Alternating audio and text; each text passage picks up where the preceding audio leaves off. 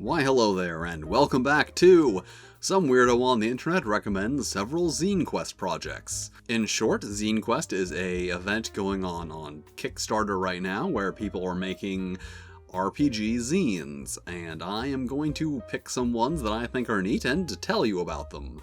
Also, I will only be featuring games that actually follow all of the Zine Quest rules, and also ones that have a goal of $500 or less, and you can get the actual thing in some format for $5 or less. So let's go on to the most important zine of this particular week, which is Punktopia, the punk role-playing game.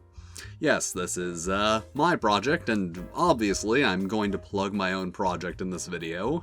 Punktopia is a rules-light game with a setting based around a satirical interpretation of the punk subculture, where players can have various punk rock adventures and battle physical embodiments of anti-punk concepts like conformity and consumerism.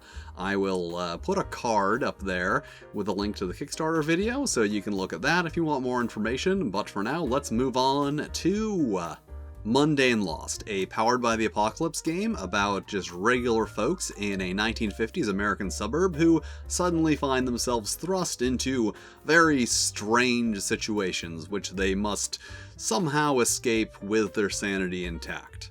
So yeah, this one just kind of seems fun, taking just the most mundane situation you can imagine and then just turning it full bizarro. Next we have the Violet Sanction, a prologue episode of a queer punk urban fantasy adventure set in the Capitol Hill district of Seattle after, quote, the sudden and localized appearance of magic. Honestly, this is one that I'm not really all that sure what it is. It says it is a prologue chapter, so don't know how long that's going to be. It seems to suggest that it includes its own mechanics. It is, however, interesting and different and kind of weird, and those are the things that I generally look for in, well, anything. And next up is Flirtsquad, a live-action role-playing game about flirting, which is kind of an interesting idea because a lot of people do lack social confidence, particularly within that particular realm, and those who do have confidence tend to be a little bit, So yeah, it's a neat idea to have a game that allows people to, like, learn respectful flirting practices in a safe and comfortable environment. Although admittedly it does seem like the sort of thing where you kind of have to already be in the right mindset of wanting to learn respectful flirting in a safe environment to get involved with the thing that teaches you that thing, but I mean, it'll be good for some people, and that's better than nothing.